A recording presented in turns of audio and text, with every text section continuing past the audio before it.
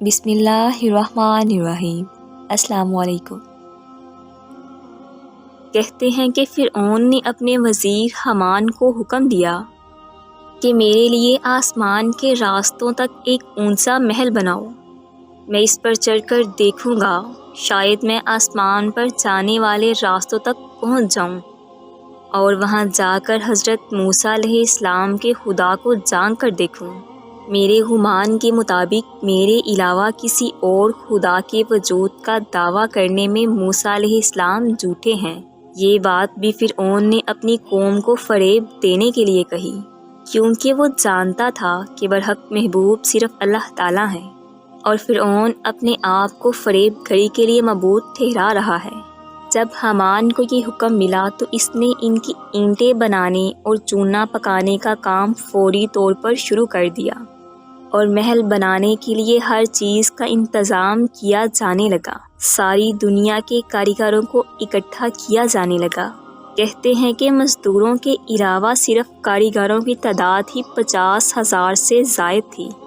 7 سال میں یہ محل تیار کیا گیا، اور اس محل کی جو بلندی تھی اس کی مثال دنیا کے پیدا ہونے سے لے کر آج تک نہیں ملتی۔ یہ محل اس کی خواہشات کے مطابق تیار کیا گیا تھا، لیکن یاد رہے کہ پھر یہی محل اس کی قوم کی تباہی کا ذریعہ بھی بنتا ہے، اور اللہ تعالیٰ نے اپنی قدرت سے اس محل کے اندر حضرت موسیٰ علیہ السلام کو پالا، اور پھر اپنے پیارے رسول کو جب نبوت دی اور حضرت موسیٰ علیہ السلام نے اللہ کا نام بلند کیا تو پھر فرعون کا زوال شروع ہوا۔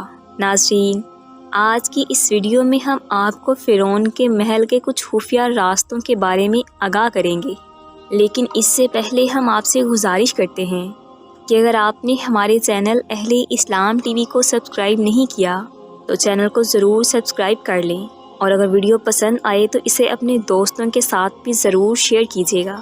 روایات میں آتا ہے کہ جب فرعون کا محل تیار ہوا اور اس کو اس کی خواہشات کے مطابق تیار کیا گیا تو حضرت موسیٰ علیہ السلام پر یہ شک گزرا، اور آپ علیہ السلام کو اس بات کا دلی صدمہ پہنچا۔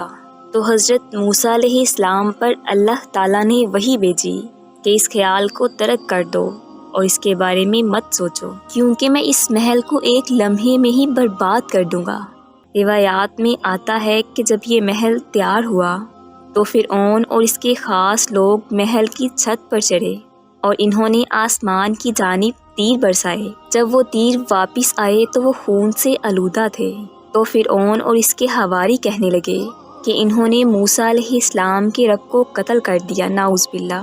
پھر اللہ تعالیٰ نے حضرت جبرائیل علیہ السلام کو حکم دیا تو انہوں نے اپنا پر مار کر اس محل کے 3 ٹکڑے کر دیے۔ ان میں سے ایک ٹکڑا سمندر میں گرا، ایک ٹکڑا ہندوستان میں گرا، اور ایک ٹکڑا مغرب میں جا گرا۔ روایات میں یہ بات بھی ملتی ہے کہ ان میں سے ایک ٹکڑا فرعون کی قوم پر بھی گرا تھا، جس سے فرعون کی قوم کے 10 لاکھ لوگ ہلاک ہو گئے تھے۔ اور یہ بھی مشہور ہے کہ جن لوگوں نے یہ محل تیار کیا تھا وہ لوگ بھی ڈوب کر یا جل کر یا کسی دوسری آفت کا شکار ہو کر مر گئے تھے۔ یوں اللہ تعالیٰ نے فرعون کے اس محل کو طلوع آفتاب اور غروب آفتاب کے درمیانی وقت میں تباہ کر ڈالا۔ جب فرعون نے یہ مناظر دیکھے تو اس نے حضرت موسیٰ علیہ السلام سے جنگ شروع کر دی، اور اللہ تعالیٰ نے اس کو مختلف معجزوں سے آزمایا، اور ان معجزوں میں طوفان، خون صورتوں کا بدل جانا اور دنیا کا پھٹ جانا شامل تھا۔ کہتے ہیں کہ فرعون نے خدائی کا دعویٰ کرنے سے پہلے یہ محل تیار کروایا تھا، اور اس نے مرکزی دروازے پر بسم اللہ الرحمن الرحیم لکھوا رکھا تھا، اور موسیٰ علیہ السلام نے اس کو اللہ تعالیٰ کی طرف بلایا اور اس کو دین کی دعوت دی تو اس نے انکار کیا اور سرکشی اختیار کر لی۔ حضرت موسیٰ علیہ السلام نے فرمایا، اے اللہ، میں فرعون کو بار بار آپ کی طرف بلاتا ہوں، لیکن مجھے اس میں کوئی بھلائی نظر نہیں آتی۔ اور اللہ تعالیٰ نے فرمایا، اے موسیٰ، تم اسے ہلاک کر دینا چاہتے ہو، اور فرمایا کہ تم اس کے کفر کو دیکھ رہے ہو، اور میں اس نام کو دیکھ رہا ہوں جو اس نے اپنے دروازے پر لکھوا رکھا ہے۔ یاد رہے کہ اللہ تعالیٰ کے نام کی بڑی برکت ہے، اور اللہ تعالیٰ کے نام کی بڑی عظمت ہے، اللہ تعالیٰ اپنے نام کی لات ضرور رکھتا ہے۔ اب آپ خود ہی سوچ لیں کہ اگر یہی اللہ کا نام ہمارے گھروں کے دروازے پر موجود ہو تو کسی حرام چیز کی کیا مثال کہ وہ ہمارے گھر میں گھسے۔ اسی طرح اگر یہ نام ہمارے دل کے دروازے پر ہو تو ہمارے دل میں کوئی حرام خیال داخل تک نہ ہو سکے۔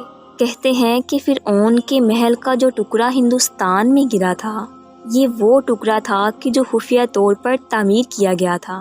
سوشل میڈیا پر کچھ ایسی خبریں سامنے آ رہی ہیں کہ وہ ٹکڑا جو ہندوستان میں گرا تھا، اس کو تلاش کر لیا گیا ہے اور اس میں وہ خفیہ راستے بھی تلاش کیے جا رہے ہیں جو فرعون نے اپنے آپ کو چھپانے کے لیے یا پھر اپنے آپ کو بھگانے کے لیے جو بنوا رکھے تھے۔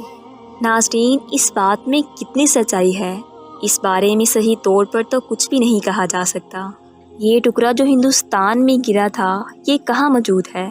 کیونکہ ابھی تک صحیح سند کے ساتھ کوئی بھی روایت سامنے نہیں آئی ہے جس میں یہ بتایا گیا کہ ٹکڑا کب دریافت ہوا ہے اور کہاں موجود ہے۔ اگر آپ کے پاس کوئی انفارمیشن ہو تو ہمارے ساتھ کمنٹ میں ضرور شیئر کیجیے گا اور اپنی قیمتی رائے سے بھی ضرور آگاہ کیجیے گا، کیونکہ آپ کی رائے ہمارے لیے بہت اہمیت رکھتی ہے۔ ناظرین، یاد رہے کہ اللہ کی شان اور اللہ کی قدرت بہت عظیم ہے اور اللہ جو چاہتا ہے وہ کرتا ہے۔ اللہ کے علاوہ جتنی طاقتیں ہیں وہ سب اللہ تعالیٰ کی طاقت کے سامنے ہچ ہیں۔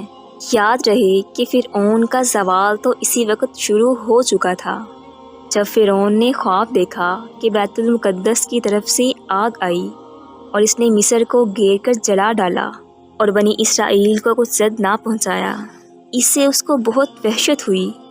کاہنوں نے تعبیر دی کہ بنی اسرائیل میں ایک لڑکا پیدا ہوگا جو تیرے ہلاک اور زوال سلطنت کا باعث ہوگا۔ یہ سن کر فرعون نے حکم دیا کہ بنی اسرائیل میں جو لڑکا پیدا ہو اسے قتل کر دیا جائے۔ دائیاں تفتیش کے لیے مقرر ہوئیں۔ 12,000 یا ایک روایت کے مطابق 70,000 لڑکے قتل کر ڈالے گئے اور 90,000 حمل گرا دیے گئے، اور مشیت الہی سے اس قوم کے بوڑھے جلد جلد مرنے لگے۔ قوم نے گھبرا کر فرعون سے شکایت کی کہ بنی اسرائیل میں موت کی گرم بازاری ہے، اس پر ان کے بچے بھی قتل کیے جاتے ہیں، تو ہمیں خدمتگار کہاں سے میسر آئیں گے؟ فرعون نے حکم دیا کہ 1 سال بچے قتل کیے جائیں گے اور 1 سال چھوڑے جائیں گے۔ تو جو سال چھوڑنے کا تھا اس میں حضرت ہارون پیدا ہوئے، اور قتل کے سال حضرت موسیٰ علیہ السلام کی ولادت ہوئی۔ تو ان کی والدہ نے فرعون کے خوف سے ان کو ایک صندوق میں رکھ کر صندوق کو مضبوطی سے بند کر کے دریائے نیل میں ڈال دیا۔ دریا سے نکل کر ایک نہر فرعون کے محل کے نیچے بہتی تھی۔ یہ صندوق دریائے نیل سے بہتے ہوئے نہر میں چلا گیا۔ اتفاق سے فرعون اور اس کی بیوی آسیہ دونوں محل میں بیٹھے ہوئے نہر کا نظارہ کر رہے تھے۔ جب انہوں نے صندوق کو دیکھا تو خادم کو حکم دیا کہ اس صندوق کو نکال کر محل میں لائے۔ جب صندوق کھولا گیا تو اس میں سے ایک نہایت خوبصورت بچہ نکلا، جس کے چہرے پر حسن و جمال کے ساتھ ساتھ انوار نبوت کی تجلیات چمک رہی تھی۔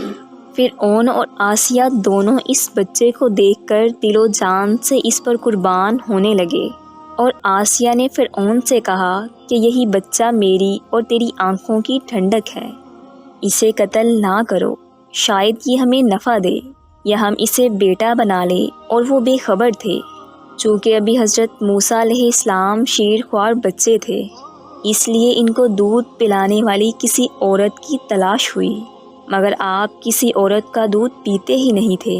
ادھر حضرت موسیٰ علیہ السلام کی والدہ بے حد پریشان تھیں کہ نامعلوم میرا بچہ کہاں اور کس حال میں ہوگا۔